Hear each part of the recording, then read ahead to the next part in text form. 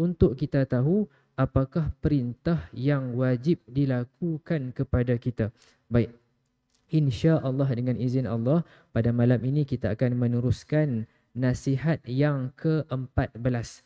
Ya, nasihat yang ke-14 daripada nasihat-nasihat Imam Al-Ghazali kepada muridnya sebagaimana yang termuat dalam kitab Ayyuhal Walad. Baik. Nasihat yang ke-14 ini ialah wasiat daripada Imam Asy-Syibli rahimahullahu taala.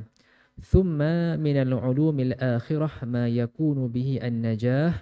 Hukiya anna Asy-Syibli rahimahullahu taala qadama 400 ustadz wa qala qara'tu 4000 hadith thumma ikhtartu minha hadithan wahidan wa 'amiltu bihi wa khallaytu ma siwah bi inni ta'ammaltuhu fawajadtu khalasi wa najati fihi wa kana ilmul awwalin wal akhirin kulluhu mundarijan fihi faktafitu bih.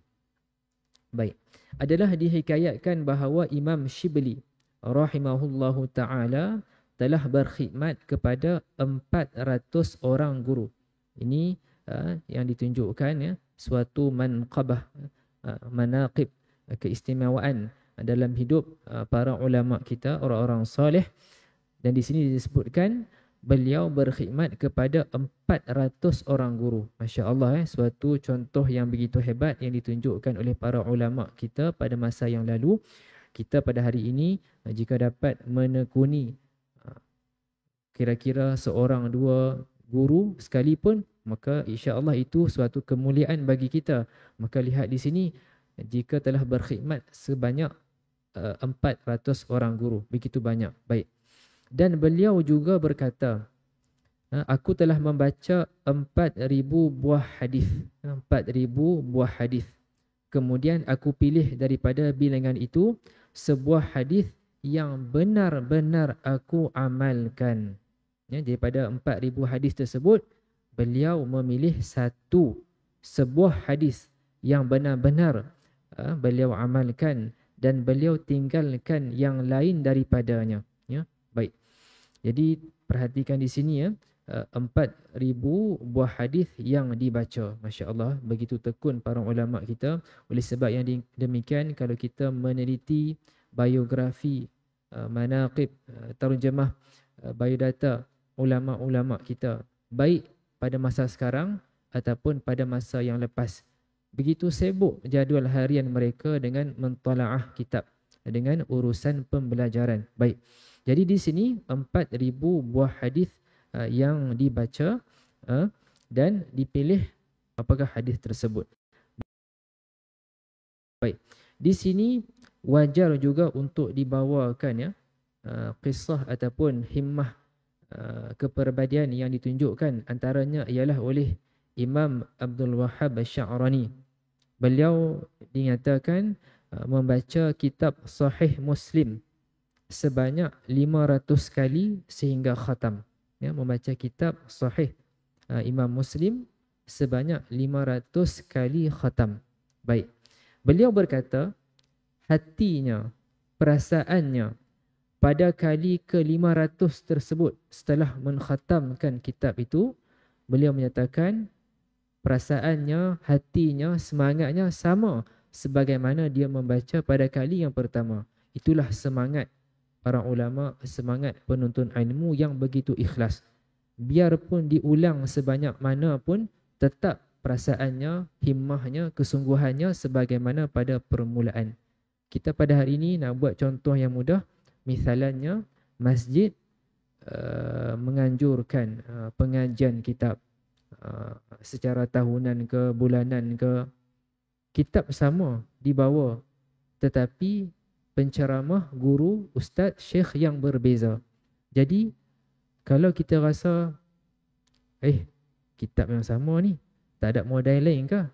Kalau macam tu masih ada perasaan, mungkin kita boleh setting balik semangat kita. Kerana penuntut ilmu yang sejati, biarpun dibaca banyak mana sekalipun, semangatnya, himmahnya tetap sama.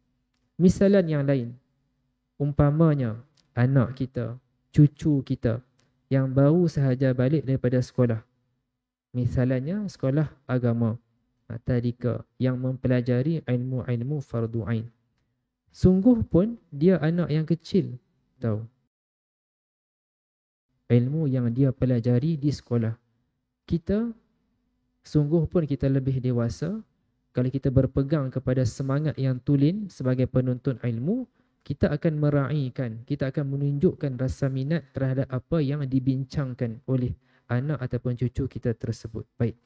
Itulah yang kita cuba selitkan kepribadian yang ditunjukkan oleh Imam Abdul Wahhab Asy-Sya'rani, yang mana beliau membaca 500 kali khatam kitab Sahih Muslim, dan semangatnya, perasaannya pada kali ke-500 itu sama sebagaimana pada kali pertama dia membaca kitab tersebut. Baik.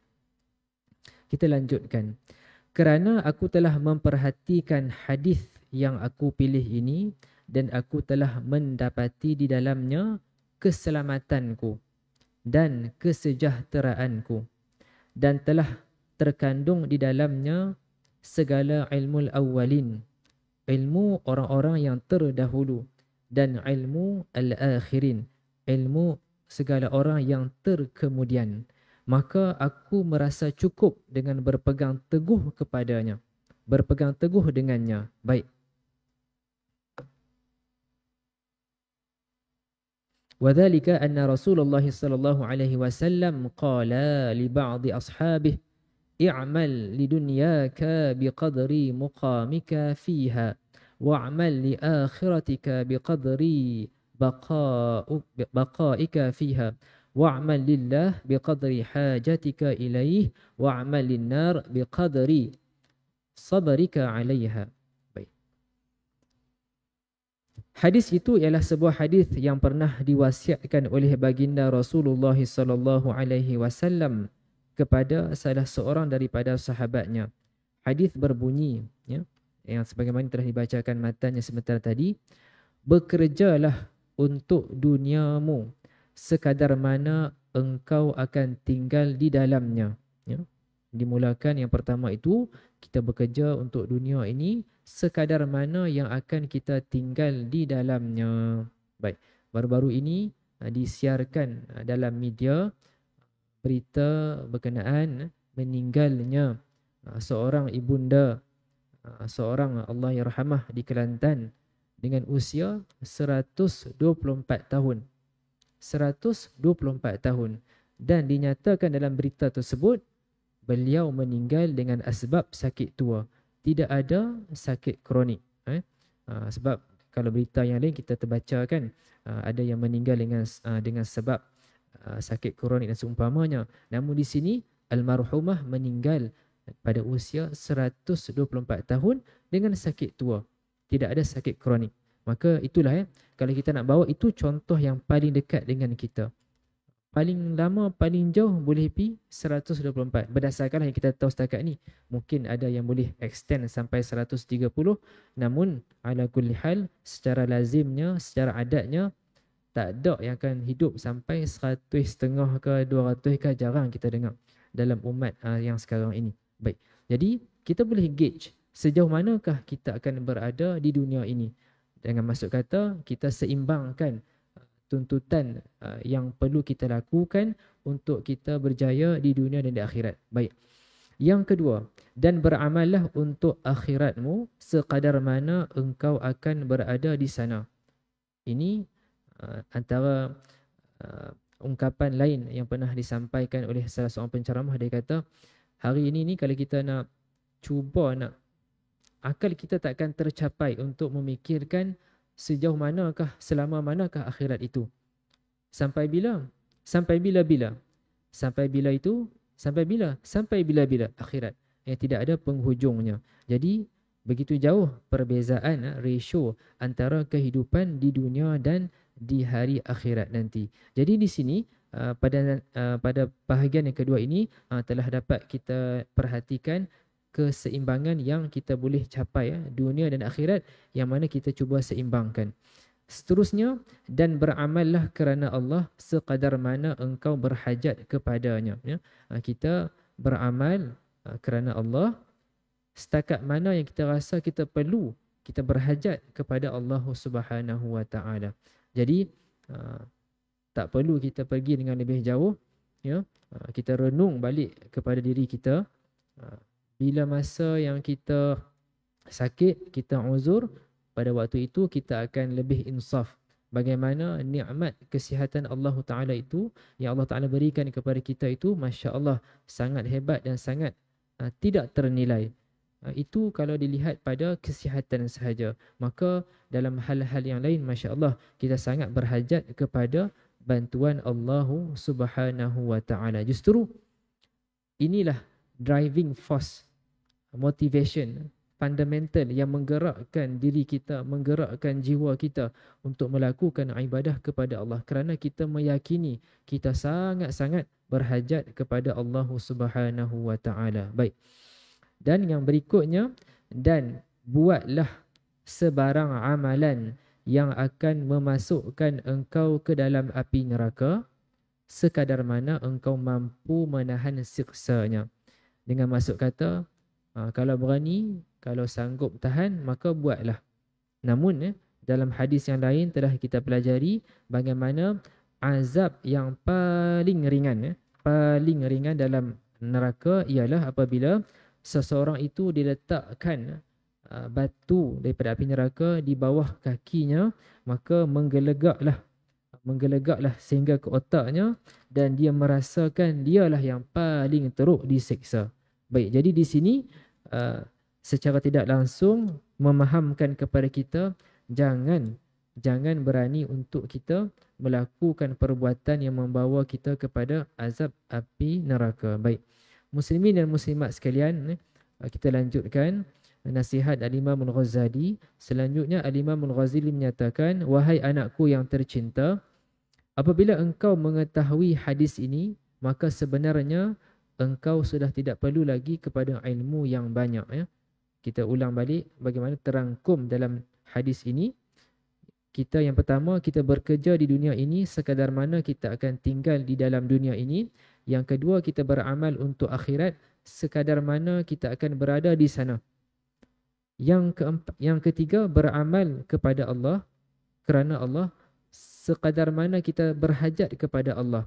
Dan yang keempat, buat kesalahan, buat dosa sekadar mana yang kita rasa kita sanggup, kita boleh tahan masuk ke dalam azab neraka. Baik, muslimin dan muslimat sekalian, ya, dengan masih lagi membicarakan nasihat ini, ya, saya terpanggil untuk membawakan perkongsian bacaan yang boleh kita lakukan pada setiap kali waktu solat. Ya. Ini adalah usaha kita untuk mendapat keselamatan daripada azab api neraka. Baik, hadis ini dikeluarkan oleh Imam Abu Daud, ya, dengan nombor hadis 5079. Ya. Nombor hadis 5079. Maka diajarkan di sini doa yang Nabi ajarkan kepada kita, zikir yang kita boleh baca untuk kita dapat keselamatan daripada azab api neraka. Baik, bacaan ini dilaksanakan waktunya selepas solat fardu maghrib dan selepas solat fardu subuh. Baik, jadi kita pay attention supaya kita tak terlepas peluang ini.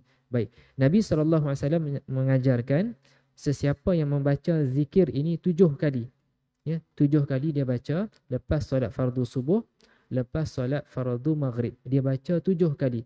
Dan fa'im mitta, kalau dia mati, kutiba laka ataupun kutiba lahu jiwarun minha, akan tertulis, akan diberikan kepadanya keselamatan daripada azab neraka.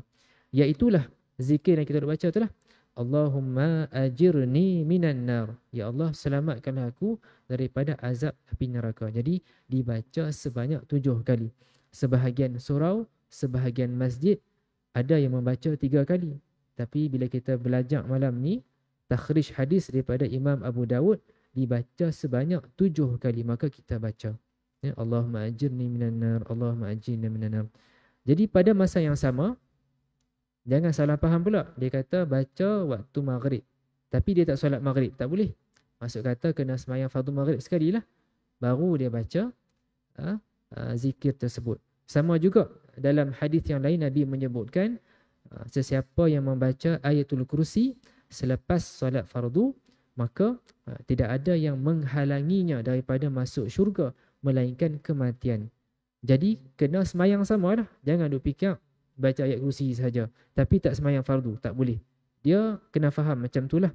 Solat fardu diiringi dengan ikhtiar tadi, kita membaca. Jadi inilah doa yang boleh dibaca, Allahumma ajirni minan nar. Baik. Jadi itu antara tumpuan kita pada waktu maghrib dan waktu subuh.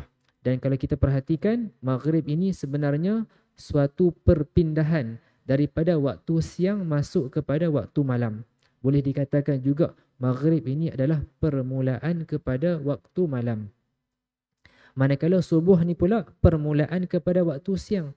Jadi Masya Allah, lihat bagaimana kita memulakan phase of the day. The beginning of the night dan the beginning of the day kita mulakan dengan amalan anchor ini. Ya, Allahumma ajirni minan nar. Baik, itulah antara usaha yang boleh kita lakukan. Muslimin dan muslimat sekalian, ibu-ibu, ayah-ayah, demikianlah nasihat yang ke-14 yang merupakan wasiat daripada Imam Ash-Shibli rahimahullahu ta'ala. Ya. Almarhum Syekh Ahmad Fahmi Zamzam, penulis penterjemah kitab ini, juga menyatakan dalam kata yang lain, hadis ini kita boleh nyatakan sebagai hadis yang ditulis dengan tinta emas, yang sangat hebat, yang wajar kita berikan perhatian, ya, kerana telah merangkumi begitu besar faedah dan keutamaannya. Baik, ibu-ibu dan ayah sekalian, insya-Allah kita meneruskan dengan nasihat yang ke-15, ya.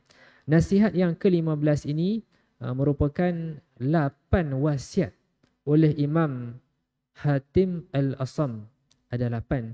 Mungkin untuk pertemuan pada malam ini kita tak dapat cover semua. Kita cuba cover setakat mana yang kita mampu sempat pada malam ini, insya-Allah.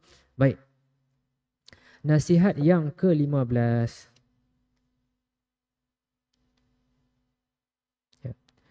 Wa ta'ammal fi hikayatin ukhra, wa dhalika anna Hatiman al-Asam kana min ashabi Syaqiq al-Balkhi rahimahullahu ta'ala alayhima.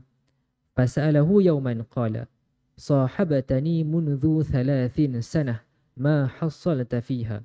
Baik. Wahai anakku yang tercinta, Imam Hatim Al-Asam adalah murid kepada Imam Asy-Syaqiq Al-Balkhi rahimahullahu ta'ala. Beliau bertanya, yakni Imam Asy-Syaqiq tanya kepada anak muridnya, Imam Hatim, ya, engkau telah belajar daripadaku selama 30 tahun lamanya. Maka apakah ilmu yang telah engkau dapat daripadaku?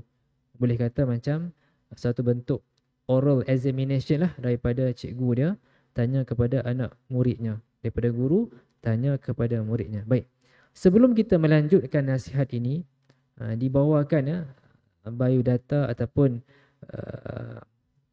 terjemah ataupun manaqib berkenaan dengan Imam Hatim Al-Asam. Gelaran nisbah di sini Al-Asam. Asam ni dengan maksud apa dia? Tuli ataupun tak dengar. Imam Hatim Al-Asam. Baik. Padahal Imam Hatim ni dia bukannya tuli, bukannya pekak pun. Dia dengar dengan elok. Apa kisah di sebaliknya? Kerana disebutkan Imam Hatim ini dia juga bertugas, kerjayanya dengan menjual barang runcit, ya.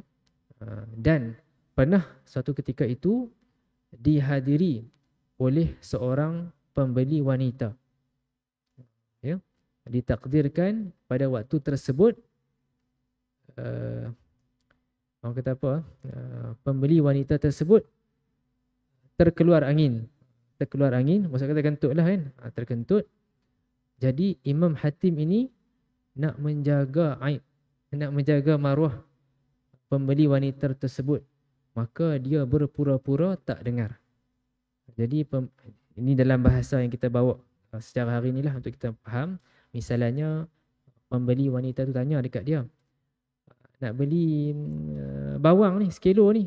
Jadi Imam Hatim kata, apa, garam? Dia buat-buat macam tak dengar lah. Orang tu tanya nak beli bawang, dia kata nak beli garam ke? Macam tu lah. Ataupun tanya nak beli gula ni, nak beli tepung ke? Dia cuba tanya macam beberapa kali, nak memberikan indication. Misalnya dia tak dengar sangat. Jadi pembeli wanita tadi tu pun rasa relief lah.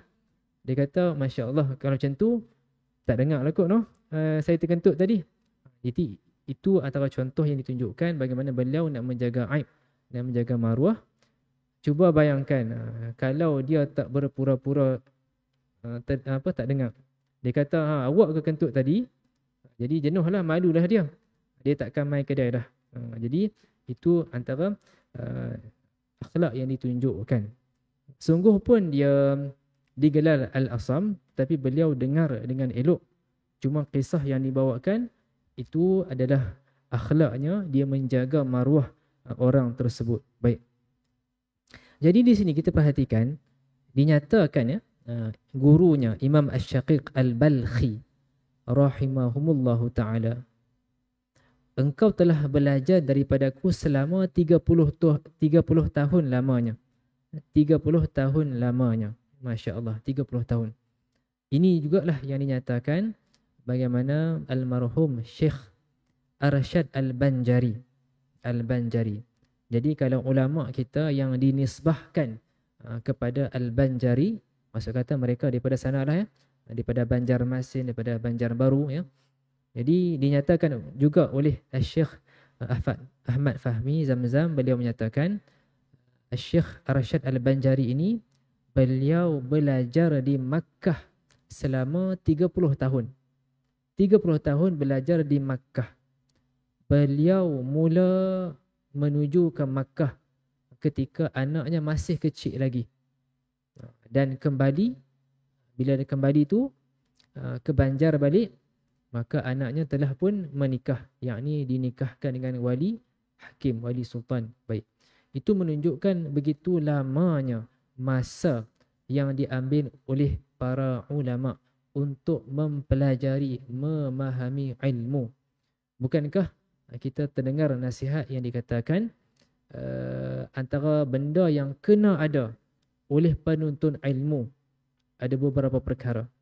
Antaranya tul zaman, masa yang panjang untuk mempelajari ilmu.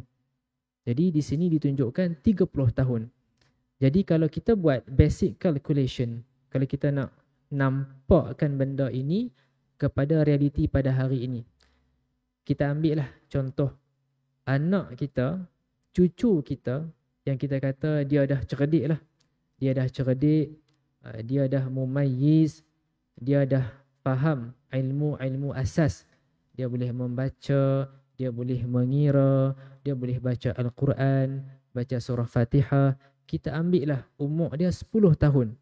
Itu kita letakkan sebagai umur onset untuk dia mula meneroka ilmu-ilmu dalam Islam ini. Jadi 10 tahun adalah the beginning of the journey. 10 tahun usianya.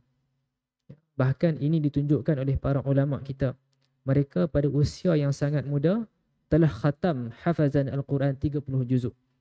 Jadi mereka mulakan dengan hafazan Al-Quran, kemudian mereka meneroka ilmu-ilmu Islam. Baik.